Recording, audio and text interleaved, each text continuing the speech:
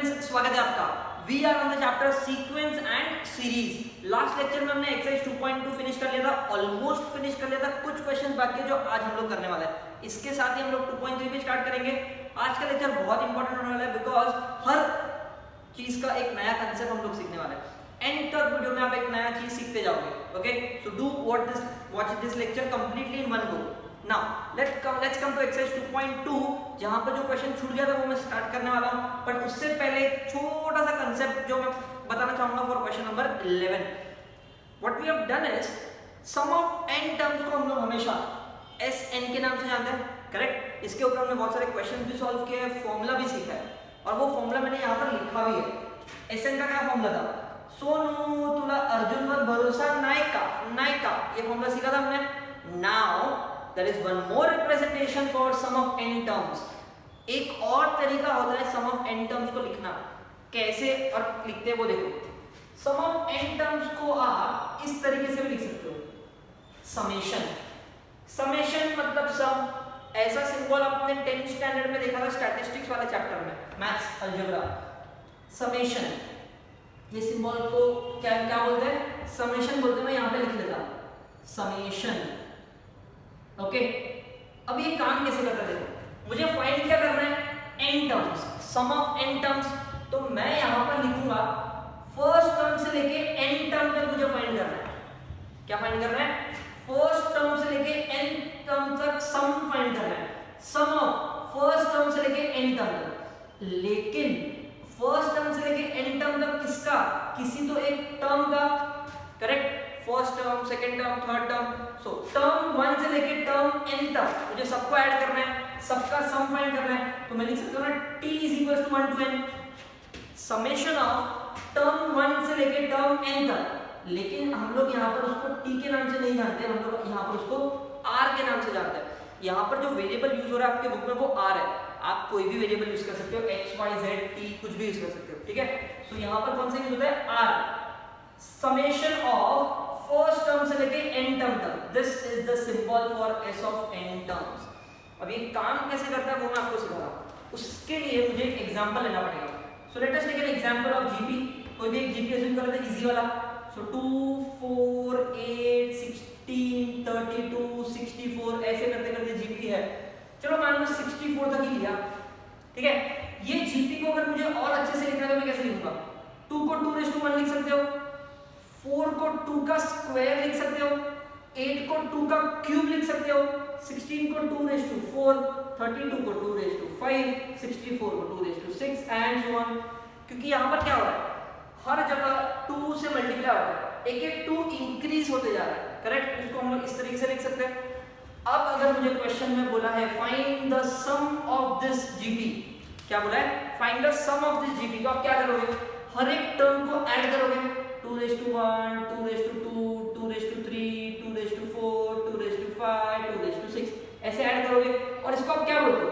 S6 बोलते हो ना, बिकॉज मैंने 6 टर्म्स को ऐड किया इसलिए हम लोग इसको S6 बोलते हैं। अगर मुझे 3 टर्म को ऐड करना होता तो मैं उसको S3 बोलता, S4 बोलता। ये तरीका तो हमने पहले सीखा है। Now what is a new way of writing this? बहुत इजी है, देखो कैसे लिखूंगा। अगर आपको सम फाइंड करना है इसका तो आप कैसे लिखोगे? समेशन फर्स्ट टर्म से लेके 6th टर्म तक ऐड करना है तो मैं लिखूंगा r = 1 से लेके 6 तक। r = 1 से लेके 6 तक। लोअर लिमिट, अपर लिमिट, क्या ये लोअर लिमिट शुरू कहां से करना है और खत्म कहां पे करना है? अब r = 1 से 6 का मतलब 1 और 6 नहीं, r = 1 से 6 मतलब r का वैल्यू 1 होगा, 2 होगा, 3 होगा, 4 होगा, 5 होगा, 6 होगा, सारे वैल्यूज होंगे 1 से लेके 6 तक। Each and every integer from 1 to 6 has to be counted while solving for summation, ठीक है। अब r = 1 to 6 मतलब r का वैल्यू चेंज होने वाला है ना 1 से लेके 6 तक। मुझे बताओ यहाँ पर चेंज कौन हो रहा है? कहना चाहिए पावर चेंज हो रहा है 1 2 3 4 5 6। तो इस पावर की जगह पर मैं लिखूंगा r, इस पावर की जगह पर मैं लिखूंगा r। और नीचे का जो 2 है वो तो कांस्टेंट है, तो नीचे का 2 को 2 लिखा। तो ये पूरा आपका समेशन कहलाएगा। आप क्वेश्चन इस तरीके से लिखो और फिर ऐड करो, या फिर शॉर्ट फॉर्म में आप ऐसा भी लिख सकते हो। समेशन r = 1 से 6 टर्म तक ऐड करना है फॉर अ फंक्शन 2 2r। अब ये काम कैसे करेगा देखो, सबसे पहले तो 2r में r का वैल्यू 1 होने वाला है, बिकॉज 1 से शुरू करना है, तो जहां जहां r वहां वहां 1 आएगा, 2 1। फिर r का वैल्यू 2 है, लेकिन r का वैल्यू 2 पुट करने से पहले समेशन काम करेगा, मतलब प्लस काम करेगा। फिर r का वैल्यू 2 जाएगा, 2 समेशन। फिर r का वैल्यू 3 जाएगा, समेशन। फिर r का वैल्यू 4 जाएगा, समेशन। फिर r का वैल्यू 5 जाएगा, समेशन। r का वैल्यू 6 जाएगा। इस तरीके से वो काम करेगा। I hope this is clear. 2 से लेके 2 सारे टर्म्स ऐड हो गए, बिकॉज मैंने लिखा था 1 से 6। मान लो किसी ने ऐसा खोल दिया होता, summation r equals to 1 to 3 करना है सिर्फ, तो अब क्या करते हैं, पहले r equals to 1 summation, r equals to 2 summation, r equals to 3, इस तरीके से। ठीक है, अब ये तो ये वाले जीपी के लिए सॉल्व किया ना मैंने।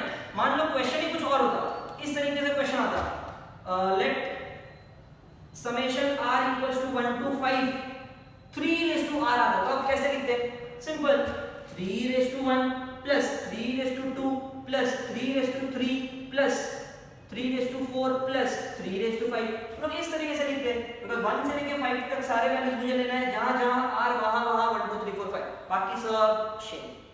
अब इसको ऐड करने तो आता है, बिकॉज़ हमने ऑलरेडी Sn का जो फॉर्मूला है वो सीखा है, वो आप यहां पर अप्लाई कर लेना, बिकॉज़ ये क्या बन गया, ये एक जीपी बन गया। फर्स्ट टर्म इसका 3 है और हर बार 3 से मल्टीप्लाई हो रहा है, मतलब r का वैल्यू भी 3 है, a मिल गया, r मिल गया, n तो आपको पता ही है 5 टर्म तक जाना है, तो you can easily use this formula and get the answer for total addition of this. ठीक है, तो ऐड करना इजी है, वो हमने सीखा है फॉर्मूला यूज करके, लेकिन ये सब जो एडिशन है उसको लिखते कैसे, एक नए तरीके से, एंड दैट इज समेशन के फॉर्म में। ठीक है, मान लो क्वेश्चन ऐसा आ गया, summation of r equals to 1 to 5 raised to r upon 2। अब मैंने आपको बताया कि समेशन किस पे काम करता है, सिर्फ और सिर्फ r पे काम करता है। ठीक है, तो r का वैल्यू 1 मतलब 5 raised to 1, ये तो एज इट इज रहने वाला है, समेशन। फिर r का वैल्यू 2, ये तो as it is, summation. r का वैल्यू 3 समेशन, r का वैल्यू 4 समेशन, r का वैल्यू 5, इस तरीके से काम करेगा। मतलब ये जो 2 है वो हर बार आने वाला है। अब हर बार आने वाला है मतलब कॉमन ले लो ना, बार बार क्या लिखने का उसको, so can I write it as 5 raised to 1 plus 5 raised to 2 plus 5 raised to 3 plus 5 raised to 4 plus 5 raised to 5। अब लॉन्ग कट हुआ ना ये, पहले क्या किया हमने, r का वैल्यू पुट किया, फिर 2 कॉमन लिया। इससे अच्छा इसी क्वेश्चन में मुझे पता है कि r पे काम करने वाला है मेरा ये समेशन, तो ये 2 को बाहर ले लो पहले ही, अंदर क्या बचेगा, summation r equals to 1 to 5 raised to r, 1 upon 2 बाहर ले लिया, बिकॉज़ वो कांस्टेंट है, याद रखना कांस्टेंट बाहर आएगा, कांस्टेंट जो भी रहेगा वो बाहर, समेशन इस पे काम करेगा, 5 raised to 1 5 raised to 2 5 raised to 2, खत्म। आई होप समेशन क्या होता है और कैसे यूज होता है वो आपको समझ गया। It is just a representation और कुछ नहीं है, सिर्फ लिखने का एक तरीका है। जैसे हम लोग ऐसे लिखते थे वैसे ही एक और तरीका होता है समेशन लिखने का, लेकिन summation itself is self explanatory. इसमें आपको ये भी समझ जाता है कि कहां से कहां तक सम करना है और किसका सम करना है वो भी समझ आता है। Okay, so this is very very important representation जो आने वाले एक्सरसाइज में बहुत काम आने वाला है। Okay, a new concept that you will have learn. Now based on this concept I will solve question number 11 of exercise 2.2। बहुत इजी क्वेश्चन है, क्वेश्चन सॉल्व करना बहुत आसान है, लेकिन समझना था वो मैंने आपको समझा दिया। Let's solve this question. क्या दिया है, अब है कौन ये समेशन, मतलब मैं इसको ऐसे भी लिख सकता हूं, r इक्वल्स टू 1 से लेके 10 तक 3 into 2 raised to r। अब मेरा जो समेशन है वो r पे काम करता है, तो ये 3 तो एकदम बेकार है, इसको बाहर फेंक दो। r equals to 1 to 10 2 raised to r। अब 1 से लेके 10 तक मतलब मुझे s10 फाइंड करना है, 10 नंबर तक फाइंड करना है। कर लेंगे कैसे, एक एक करके r का वैल्यू पुट करो, पहले 2 raised to 1 summation, 2 raised to 2 summation, 2 raised to 3, ऐसे करते करते करते मुझे 2 raised to 10 तक लिखना पड़ेगा। अब अगर आप इस ब्रैकेट वाले टर्म को देखोगे तो ये खुद एक जीपी है, दिस इज अ जीपी। अगर ये जीपी है तो इसमें a का वैल्यू कितना है, 2, बराबर कि नहीं, r का वैल्यू कितना है, चेक कर लो, t2 upon t1, t2 कौन है 4, t1 कौन है 2, 4 upon 2 is 2, r का वैल्यू भी 2 है, ये मैंने नहीं भी किया होगा फिर भी मुझे पता है कि 2 2 मल्टीप्लाई हो रहा है, तो r का वैल्यू 2 है। अब अगर a2 r2 मतलब ये फॉर्मूला यूज होगा Sn का formula, so it will be 3 into from use this formula a r raised to n कितना है 10, 10 तक जा रहा है ना, 10 minus 1 upon r minus 1, so 3 into 2 raised to 10 होता है 1024 जितना मुझे पता है, और 2 minus 1 होता है ना 3 to the 6, 1024 minus 1 is 1023, so 6 3 is 18, 1 carry 12 13, 6 1 is 6, 6138 is the answer for S10। But मैं उसको S10 नहीं लिखूंगा, जो क्वेश्चन दिया है वही लिखूंगा, r equals to 1 to 10 3 into 2 raised to r। बहुत इजी है, कांस्टेंट जो था उसको बाहर निकाल लिया, r की जगह पे वैल्यू पुट कर दिया और फिर तो फॉर्मूला यूज करना है बस। I hope the first sum is clear. There are two questions in question number 11. Second one आप करने वाले because it is similar to this one. First मैंने कर लिया based on summation. ठीक है? So make a note of this and now we'll start with the next one. Now we'll start with our next exercise, that is exercise 2.3. उससे पहले एक और छोटा सा concept and बहुत easy concept. अब ये है क्या देखो, अब तक हमने क्या किया था, sum of n terms find किया। sum of n terms means what? मान लो मैं एक एग्जांपल ले लेता हूं किसी भी जीपी का, let's suppose the GP is 3 2 6 6 2 12 24 48 96 192 and so on. अब ये सो ऑन मतलब कहां तक, कुछ तो एंड होगा ना, इसका कोई तो लास्ट टर्म होता है tn तक, इसलिए हम लोग क्या बोलते हैं सम ऑफ n टर्म्स, मतलब 10 टर्म 15 टर्म 20 टर्म ऐसा बोलते हैं। तो यहाँ पर मैंने लिखा है 6-7 टर्म, लेकिन ये कहीं तो एंड होगा 10 15 20 25 तक एंड होगा, करेक्ट।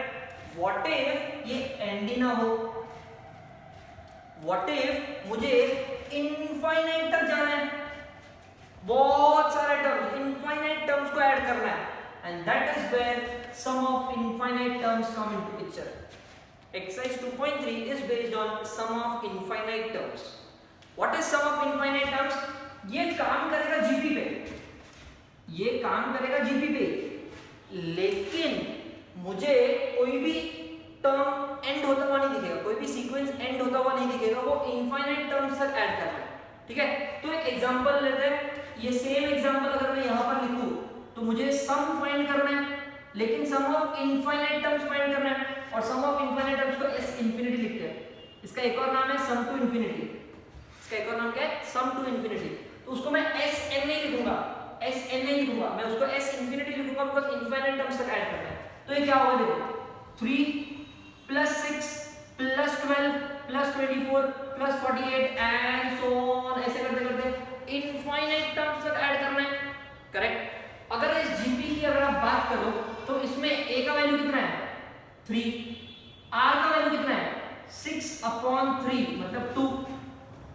अब a का वैल्यू पता है, r का वैल्यू पता है, मुझे फाइंड करना है s infinity.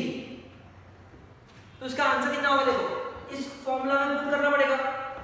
So a into r कितना है 2n, लेकिन n तो है नहीं, वो इंफिनिटी है, अपॉन 2 - 1।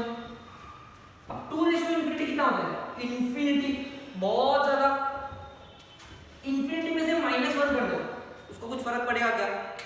समुद्र में से मैं एक लोटा पानी निकाल लूं, समुद्र में कुछ फर्क पड़ेगा? नहीं पड़ेगा। सो इंफिनिटी में से मैंने -1 कर दिया, उसको कुछ फर्क पड़ेगा क्या? नहीं, वो फिर भी क्या रहने वाला है, इंफिनिटी ही रहने वाला है। 2 - 1 कितना होता है 1, उसको तो भूल जाओ। ऊपर इंफिनिटी है, इंफिनिटी मल्टीप्लाई बाय 3, ये लो समुद्र इतना बड़ा, उसको भी 3 बार मल्टीप्लाई कर दो, ये तो और बड़ा समुद्र हो गया। मतलब कहना इसे s इंफिनिटी का आंसर कितना आया, इंफिनिटी। आपको सॉल्व करने की ही जरूरत नहीं है। जब भी r का वैल्यू ग्रेटर देन 1 होगा, जब भी r का वैल्यू ग्रेटर देन 1 होगा किसी भी जीपी में, तब उसका सम टू इंफिनिटी कितना होगा, infinity. Never ever solve such questions. हम लोग सीधा लिख सकते हैं sum to infinity does not exist. Sum to infinity is infinity मतलब does not exist, not defined बोल सकते हो उसको, नॉट डिफाइंड, बताइए। तो sum to infinity does not exist कब, जब r का वैल्यू इज ग्रेटर देन 1।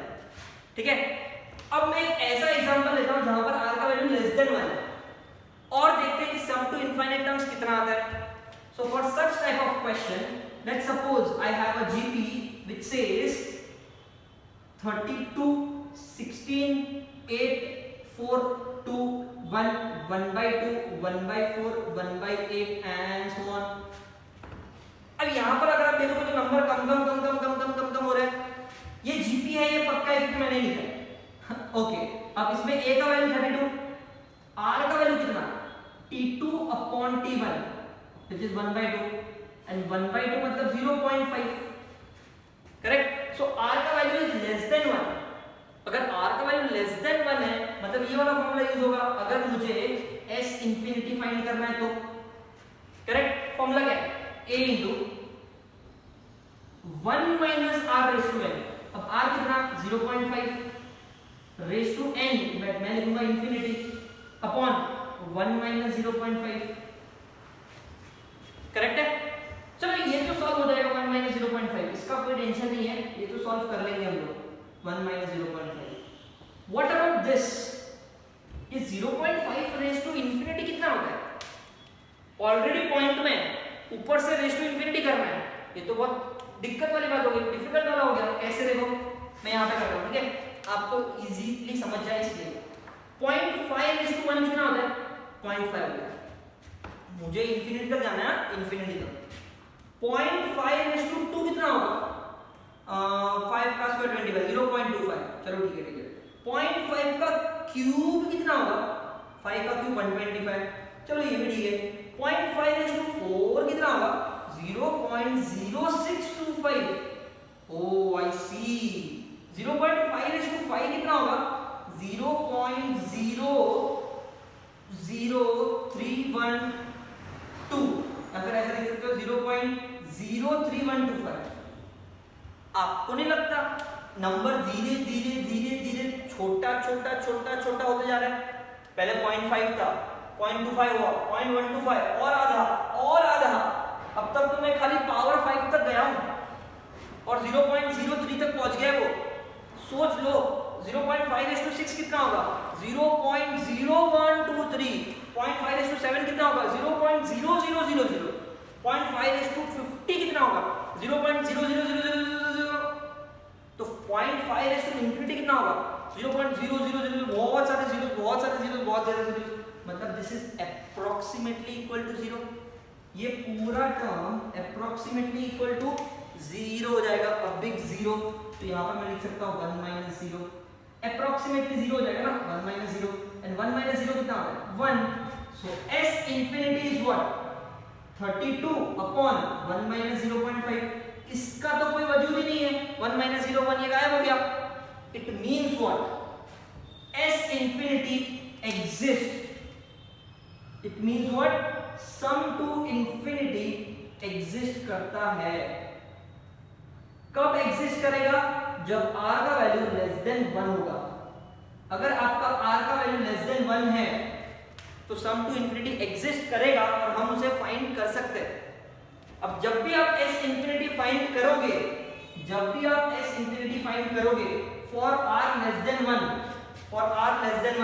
तो ये a अपने आंसर में आने वाला है। 1 minus r अपने आंसर में आने वाला है। ये जो ऊपर का टर्म है ना, ये नहीं आएगा क्योंकि ये 1 minus 0 करके 1 हो जाएगा किसी भी क्वेश्चन में जहां पर r लेस देन 1 है।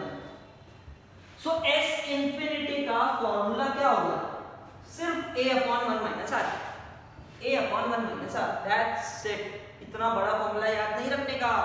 s infinity is a upon 1 minus r। But ये कब यूज करने का? जब r का वैल्यू लेस देन 1 है, तभी तो एग्जिस्ट करेगा ना, वरना तो एग्जिस्ट नहीं करता। तो अगर आपके पास कोई भी एक जीपी का क्वेश्चन आ गया और बोला है find sum to infinite terms, तो आप क्या करोगे? सबसे पहले r ढूंढो। r अगर ग्रेटर देन 1 तो भाई सॉल्व क्यों करने का, सीधा बोल देने का sum to infinity does not exist. लेकिन अगर r लेस देन 1 तो भी कौन सी बड़ी बात है? फॉर्मूला तो बहुत सिंपल है, a upon 1 minus r। That's it. Use this formula, get the answer for s infinity, sum of infinite terms. और अगर r का वैल्यू 1 है तभी भी आपका Sn का answer for this case will be infinite. ठीक है, और जनरली ऐसा इनफाइनाइट केस नहीं आता एग्जाम में। आपको ये वाला क्वेश्चन आएगा एग्जाम में, क्योंकि सॉल्व तो करना पड़ेगा ना। डज नॉट एग्जिस्ट लिख के छोड़ दिया, उसका मार्क्स कौन देगा अपने को? ठीक है। बट एनीवेज अगर by chance r greater then 1 आया या फिर इक्वल टू 1 आया, ग्रेटर देन 1 आया या फिर इक्वल टू 1 आया, मैं यहां पे लिख देता हूं चाहिए तो फॉर r ग्रेटर देन और equal to 1 sum to infinity does not exist. r अगर लेस देन 1 तो सम टू इंफिनिटी एग्जिस्ट करता है, उसका फॉर्मूला क्या है a/1 - r। वैसे ये फॉर्मूला कैसे आया कोई नहीं पूछेगा, फॉर्मूला क्या है वो आपको पता होना चाहिए। What is sum to infinity? It is a/1 - r, that's it, a/1 - r, इतना ही फॉर्मूला है, ठीक है। Now let's solve questions based on this in exercise 2.3। Almost पूरा एक्सरसाइज इसी फॉर्मूला पे बेस्ड है, बहुत इजी होता है, okay. So make a note of this, this is the very important formula that you have to remember from all this that I have showed it over here, ठीक है। यही आपको याद रखना है, s infinity equals to a/1 - r। बाकी आपने नहीं लिखा चलेगा, सिर्फ इतना याद रखो, sum to infinity does not exist for r greater than equals to 1, sum to infinity exist for r less than 1, और ये तीन चीजें आपको पता होनी चाहिए, 1, 2 और 3। बाकी सब नहीं पता तो चलेगा। Now let's start with exercise 2.3। Now let's start with questions on sum to infinity. Exercise 2.3 का क्वेश्चन नंबर 6 में स्टार्ट करने वाला हूं, बिकॉज़ हमने ऑलरेडी इस लेक्चर्स में, आज के इस लेक्चर में समेशन के सम स्टार्ट कर दिया, तो उसी से कंटिन्यू करते हैं, ओके। डोंट वरी, बहुत इजी है। सम टू इंफिनिटी का फॉर्मूला सिर्फ याद रखना, a/1 - r, ठीक है। Let's start with first one. ये क्वेश्चन है, अब यहां पे अगर आप देखोगे तो 1 से लेके इंफिनिटी तक बोला है, मतलब ये सम टू इंफिनिटी हो गया, correct. Summation of r equals to 1 to infinity 4 * 0.5 r। अब मैंने आपको बताया था कि ये समेशन काम कैसे करेगा, 4 पे काम नहीं करेगा बिकॉज़ वो कांस्टेंट है, r पे काम करता है। तो summation r equals to 1 to infinity 0.5 r, 4 मैंने बाहर फेंक दिया। अब r का वैल्यू धीरे धीरे पुट करना पड़ेगा, कैसे? 4 इंटू पहले r का वैल्यू 1 0.5 फिर r का value 2 0.5 summation 0.5 and so on dot dot dot dot to infinite, correct. अब ये आपका एक जीपी बन जाएगा। अगर ये जीपी है, अगर ये जीपी है, इसका मतलब इसमें a का वैल्यू कितना 0.5, r का वैल्यू कितना 0.5 ही तो मल्टीप्लाई हो रहा है ना, तो वो भी 0.5। याद रखना है ऐसे केसेस में जो a होता है ना वही r होता है, सोचने का ही नहीं, ठीक है। a और r मिल गया। अब क्या है, सिंपल फॉर्मूला लगाना है, s इंफिनिटी इज 4 इंटू, इसका फॉर्मूला क्या होता है a/1 - r, so a is 0.5 upon 1 - 0.5। यहां पर आप ब्रैकेट में फॉर्मूला लिख लो, बिकॉज फॉर्मूला का भी मार्क्स होता है, इट इज a/1 - r, ठीक है। मैंने यहां पे यूज किया ना a/1 - r, so 4 into 0.5, 1 - 0.5 is 0.5, ये लो शेम फटाफट कट गया, 1 आएगा, 4 बचा 4। So sum to infinity is 4, जिसको मैं ऐसा लिख सकता हूं, summation r equals to 1 to infinity 4 into 0.5 r, that's my answer. एकदम इजी है, कुछ भी नहीं है क्वेश्चन में, ठीक है। चलो सेकंड वन स्टार्ट करता हूं, सेम क्वेश्चन, यहां पर भी सम टू इंफिनिटी फाइंड करना है, किसका? r equals to 1 to infinity -1/3 r का। कोई कांस्टेंट है नहीं बाहर निकालने के लिए, ठीक है। तो r का वैल्यू पुट करते जाओ, -1/3 प्लस -1/3 प्लस, ऐसे करते करते इनफाइनाइट तक जाना है। इसका मतलब ये एक जीपी है, तो पहले जीपी के लिए क्या क्या पता होना चाहिए, a पता होना चाहिए और r पता होना चाहिए। a कितना -1/3, r कितना मैंने आपको बताया था, वही r भी होगा, correct. So now tell me, s infinity का formula is a/1 - r, a is -1/3, r is also -1/3, so -1/3 upon minus plus हो जाएगा, ठीक है। So s infinity is equals to -1/3 upon 3 × 1 = 3 + 1 4/3। अब क्या, ये 3 खटाखट, डिनोमिनेटर कैंसिल, क्या बचेगा, सिर्फ -1/4। So what is your final answer? मुझे क्वेश्चन पूछा था summation r equals to 1 to infinity for -1/3 r, उसका आंसर होगा -1/4। It's that easy, okay. अब थर्ड क्वेश्चन स्टार्ट करते हैं। यहां पर एक क्वेश्चन में प्रिंटिंग मिस्टेक है, n दिया है वो n नहीं r होना चाहिए, ठीक है। चलो लेट्स सॉल्व दिस क्वेश्चन। फिर से मुझे दिया है r equals to 1 to infinity, actually ये 0 नहीं 1 होना चाहिए, ठीक है। r equals to 1 to infinity. अब how to solve this question? सबसे पहले तो इसके पास एक कांस्टेंट है उसको बाहर ले लो, r equals to 1 to infinity, अंदर क्या बचेगा -1/2 रेज टू r, करेक्ट है, ठीक है। अब -8 इसमें r का वैल्यू पुट करते जाओ, -1/2 raise to 1 plus -1/2 raise to 2 plus -1/2 raise to 3 and so on till infinite, correct है। अब ये क्या बन गया, ये एक जीपी बन गया। अगर ये एक जीपी है तो इसमें a का वैल्यू -1/2, r का वैल्यू -1/2, तो s इंफिनिटी का फॉर्मूला क्या होता है a/1 - r, तो ये मैं यूज करने वाला हूं, ठीक है। सो मेरा जो s इंफिनिटी होगा that will be s infinity is equals to -8 constant है ऑलरेडी मेरे पास, और इस पूरे ब्रैकेट की जगह पर a/1 - r यूज होगा। यहाँ पर डायरेक्टली a/1 - r यूज करने पर बाहर कोई कांस्टेंट नहीं था, बट यहाँ पर तो है ना, तो वो लिखना पड़ेगा साइड में, और इस पे ये फॉर्मूला लगा लो, a इज -1/2 अपॉन 1 - r, ठीक है। सो कैन आई से -8 into -1/2 माइनस माइनस प्लस, ठीक है। सो -8 into -1/2, 1 + 1/2 इज 3/2, ये 2 2 खटाखट, सो क्या बचेगा -8 into -1/3, माइनस माइनस पॉजिटिव, 8 1 जा 8, सो 8/3 is the answer. I hope the answer is clear. Constant को बाहर रखो, इस पे जीपी का फॉर्मूला लगा लो a/1 - r, फॉर्मूला बहुत इजी है एंड सम भी बहुत आसान हो जाएगा। Okay, so I have solved 3 questions from this question 6, fourth one बहुत इजी है जो मैंने आपके लिए रखा है। Do make a note of this and solve the fourth one as well. Now let's move to first question. 6th question हमने इसलिए सॉल्व किया बिकॉज वो similar to the previous exercise 2.2 था। अब फर्स्ट क्वेश्चन पे आता है, determine whether sum to infinity for the following GP exist, if exist find them. अब क्वेश्चन में ये पूछा कि पहले ये चेक करो कि सम टू इंफिनिटी एग्जिस्ट करता है कि नहीं करता है। अब मैं आपसे क्वेश्चन पूछना चाहता हूं, सम टू इंफिनिटी एग्जिस्ट कब करता है? एग्जिस्ट तब करता है जब r का वैल्यू लेस देन 1 होगा, और अगर आपका r का वैल्यू ग्रेटर देन 1 होगा तो सम टू इंफिनिटी एग्जिस्ट नहीं करेगा, ठीक है। और अगर एग्जिस्ट करता है तो मुझे फाइंड करना है, और फाइंड करना तो बहुत आसान है, s infinity is a/1 - r। तो अगर किसी भी जीपी में r का वैल्यू लेस देन 1 आया तो फॉर्मूला लेके सॉल्व करूंगा, वरना लिख दूंगा does not exist. Okay, so let's start with first question. It says 1/2 1/4 ये सब दिया है, सो जो दिया है वो लिख लेते हैं। For a GP t1 is 1/2, t2 is 1/4, t3 is 1/8, इतना काफी है। इससे मुझे r मिल जाएगा t2/t1, t2 is 1/4, t1 is 1/2, खटाखट कर ले, 2 1 जा 2 2 जा, so I have 1/2 left out with me। r 1/2 आया, 1/2 लेस देन 1 होता है कि ग्रेटर देन 1 होता है? लेस देन 1 होता है, बिकॉज़ हाफ मतलब 0.5। अगर लेस देन 1 होता है इसका मतलब मैं लिख सकता हूं therefore sum to infinity exists। क्या लिखेंगे?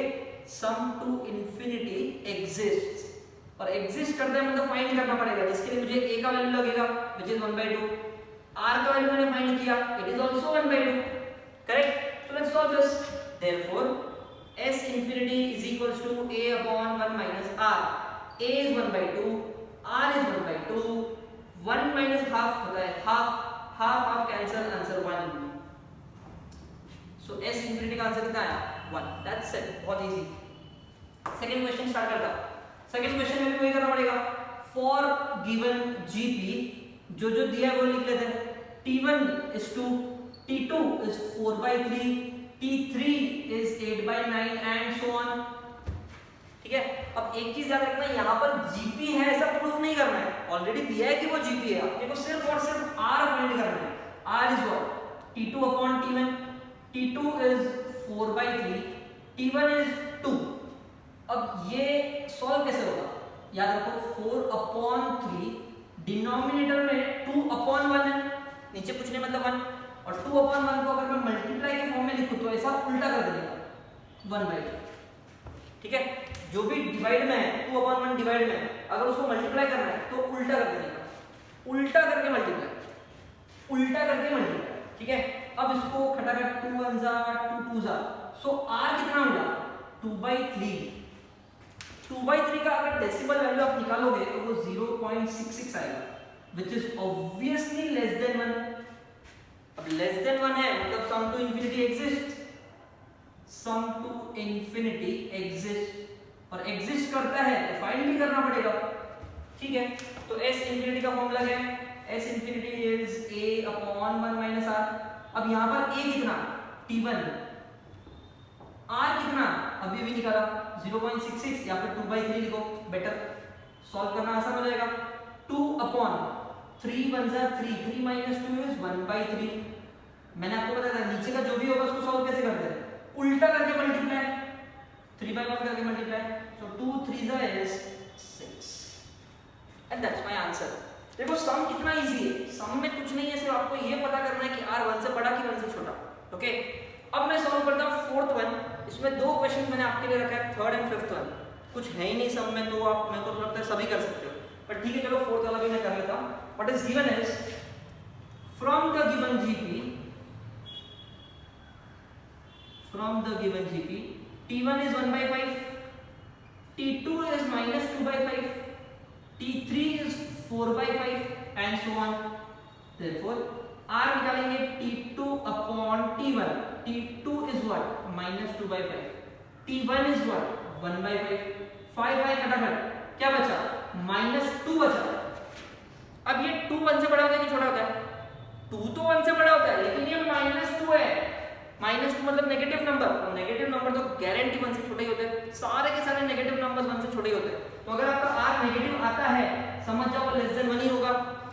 r लेस देन 1 है, इसका मतलब sum to infinity exists, sum to infinity exists. और अगर ये एग्जिस्ट करता है तो आंसर कैसे निकालेंगे, s इंफिनिटी के फॉर्मूला से, which is a/1 - r। a कितना, फर्स्ट टर्म 1/5, r कितना -2, सो 1/5 माइनस प्लस, सो 1/5/3। अब नीचे कुछ नहीं मतलब, इसको सॉल्व कैसे करते हैं मैंने आपको बताया था, 1/5 लिखा, डिवाइड में जो भी है उसको उल्टा करके मल्टीप्लाई, उल्टा करके multiply, so answer will be 1/15। That's it. So मैंने तो तीनों सम सॉल्व कर लिए जिसमें एग्जिस्ट करता था, आप देख लेना बाकी दो क्वेश्चन में एग्जिस्ट करता है कि नहीं। Very easy to solve. Question number 1 completed, make a note of it. Now I start with question 3 4 and 5। Second question हम लोग नहीं कर रहे because it is not based on sum to infinity, वो एक अलग टाइप का क्वेश्चन है। इनफैक्ट ऐसा क्वेश्चन है जो आपने 9th स्टैंडर्ड में भी पढ़ा है, बट डोंट वरी वो हम लोग बाद में करेंगे। फिलहाल के लिए third fourth and fifth based on sum to infinity. Look at the third one. अब याद रखना सम टू इंफिनिटी का फॉर्मूला क्या है, इट इज a/1 - r। इसमें कितने टर्म्स होते हैं, 1 2 और 3। 3 अननोन चीजें होती हैं, उसमें से 2 दिया होगा, 1 फाइंड करना है, okay. So let's start. Given, तो मुझे बताओ थर्ड क्वेश्चन में गिवन क्या है, r दिया है 2/3, सम टू इंफिनिटी दिया है 12, फाइंड क्या करना है, फर्स्ट टर्म मतलब a फाइंड करना है। Simple, use the formula s infinity is equals to a/1 - r। s infinity कितना 12, a नहीं मालूम, r का value 2/3। Let's solve this. So 12 is equals to a/1 - 2/3 कितना हो जाए, 3 1 जा 3 - 2 1/3। 1/3 को एज इट इज वहां भेज दो, इज इक्वल्स टू a। याद रखना 1/3 वहां जाएगा तो ऐसा उल्टा नहीं होगा, खुद में अगर मल्टीप्लाई करना है यहीं पे वेस्ट में ही तो उल्टा होगा, पर इसको मैंने ईस्ट में भेज दिया तो वो एज इट इज जाएगा 4। सो a का वैल्यू कितना मिला 4। a का वैल्यू मिल गया मतलब फर्स्ट टर्म मिल गया, तो आप चाहो तो लिख लो, therefore first term is equals to 4। है ना, बहुत इजी। दो चीजें दी होगी, तीसरा फाइंड करना है, okay. Same is question number 4। देख लेते हैं इसमें what is given. First term is given as 16, s infinity is given as 96/17। Find क्या करना है, r। सो सॉल्यूशन देख लो, s infinity is equals to a/1 - r, ये दिया है 96/17, a भी दिया है 16, 1 - r नहीं मालूम, ठीक है, अब देखो कुछ कट हो सकता है क्या, 16 6 ओके, सो कैन आई से क्या बचा मेरे पास, वो लिख लेता हूं 6/17 इज इक्वल टू, यहां कुछ नहीं मतलब 1/1 माइनस r, क्रॉस मल्टीप्लाई तो कर ही सकते हैं, सो क्या आएगा देखो क्रॉस मल्टीप्लिकेशन के बाद ये यहां जाएगा 6 into 1 minus r is equals to 17 1 जा 17, 6 1 जा 6 minus 6r is 17, क्या करोगे 17 को यहाँ ले लो, 6 minus 17 और 6r को वहाँ ले लो, 6 minus 17 is minus 11, so r का वैल्यू कितना मिला minus 11/6, that's it, we have the answer। और तो यही क्या होता है common ratio, so common ratio is equals to minus 11/6, सिर्फ फॉर्मूला यूज किया, वैल्यूज पुट कर दिया और सॉल्व कर लिया। I hope this is clear. 16 6 96 cross multiply answer. चलो थर्ड एंड फोर्थ बहुत इजी थे, दो चीजें दी है, तो तीसरा फाइंड करना है, get the answer. Fifth one is something different from both this, very very important, mark this. इन तीनों क्वेश्चन में जनरली एक क्वेश्चन एग्जाम में आता है फॉर 2 या 3 marks. Okay, so fifth question start करते हैं। सम ऑफ एन इनफाइनाइट जीपी, जो गिवन है पहले वो लिखने का ट्राई करते हैं। सम ऑफ इनफाइनाइट जीपी मतलब s इंफिनिटी 5 दिया है, ठीक है। s इंफिनिटी क्या होता है a/1 minus r 5 दिया है, equation number 1। Sum of square of this terms is 15। Sum of square of this terms मतलब जितने भी टर्म्स यहां पर है उसका स्क्वायर है। Sum of square of this terms is 15, ये गिवन है।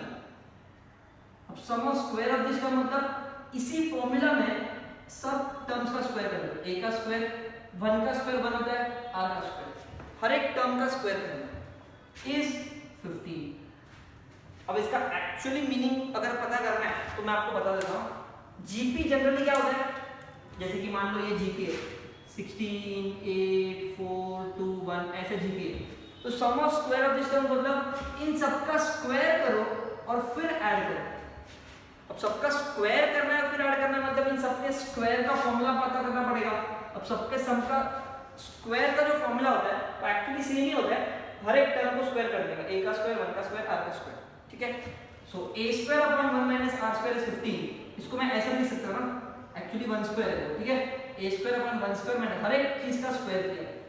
अब ये a² - b² ऐसा नहीं लिखता, या फिर x² - y² बोल सकते हो, which is x - y x + y equals to 15। इसको लिख लो इक्वेशन नंबर 2। क्या किया हमने 1 - r² को हमने यूज किया, कौन सा फॉर्मूला पता है, x² - y² is x - y into x + y, ये वाला फॉर्मूला यूज किया। आइडेंटिटी जो हमने 8 में भी पढ़ा, ठीक है। इक्वेशन नंबर 2, मेरे पास फर्स्ट इक्वेशन है, मेरे पास सेकंड इक्वेशन है। अब जीपी में अगर दो इक्वेशन को साइमल्टेनियसली सॉल्व करना है तो कैसे करना होता है, मैंने सिखाया था, डिवाइड करके। सो आई राइट डिवाइड 2 and 1, 2 बड़ा दिख रहा है इसलिए मैं उसको ऊपर लिखता हूं,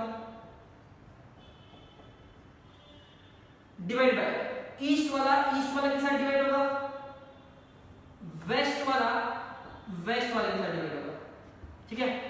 a कैंसिल, 1 - r कैंसिल, 5 3 जा, क्या बचा a/1 + r is equals to 3, equation number 3।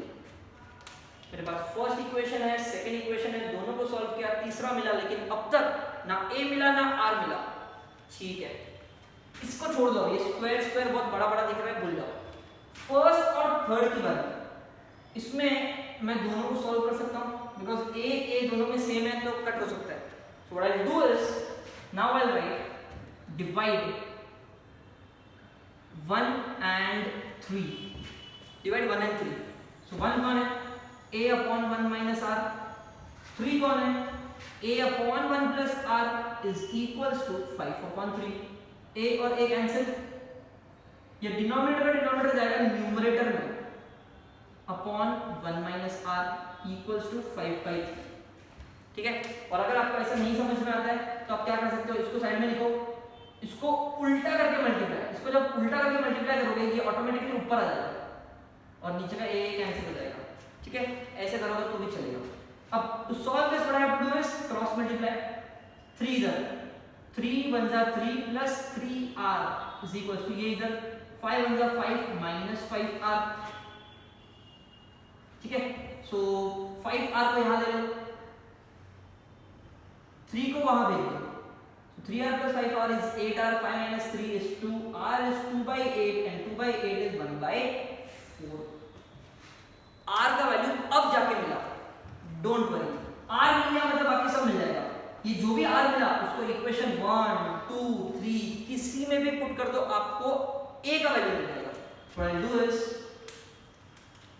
put r equals to 1 by 4 in, let's suppose 1 में ही पुट कर देते हैं, ठीक है।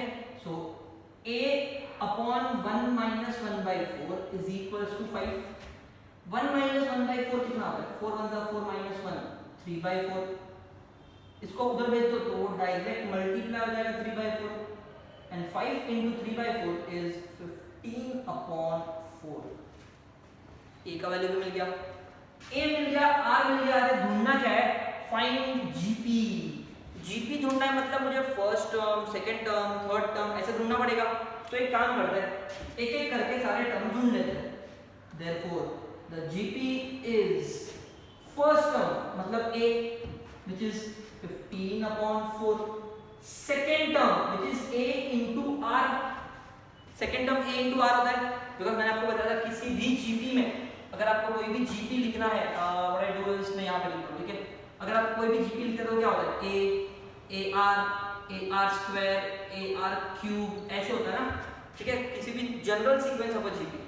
सो a into r, a is 15 upon 4, r is 1 by 4, सो ये 15 upon 16 हो जाएगा। t3 ar square, so 15 upon 4 into 1 by 4 का स्क्वायर, 1 by 4 का स्क्वायर इज 1 by 16, 16 4 जा 64 आएगा, correct. Therefore the GP is, क्या मिला आंसर हमें, 15 upon 4, 15 upon 16, 15 upon 64 dot dot dot dot. क्या हो रहा है, 15 15 सेम है, नीचे 4 4 4 ऐसे मल्टीप्लाई होते जाते हैं, okay. And that is question number 5। Generally अगर ये क्वेश्चन एग्जाम में आता है तो 3 मार्क्स के लिए आता है, okay. First equation, second equation साथ में सॉल्व किया, तीसरा मिला, फर्स्ट थर्ड को सॉल्व किया, r मिला, फिर तो आसानी से सम सॉल्व हो जाएगा। I hope this third fourth and fifth एक साथ 3 धमाका मैंने एक साथ सॉल्व कर लिया। Do make a note of this और take a screenshot. Any doubts please let me know. That's all for today. Sum to infinity वाले क्वेश्चन हमने ऑलमोस्ट खत्म कर लिए हैं, कुछ क्वेश्चन जो थोड़े एक्सेल में बाकी है वो नेक्स्ट टाइम करेंगे। That's it, make a note of this. Thank you.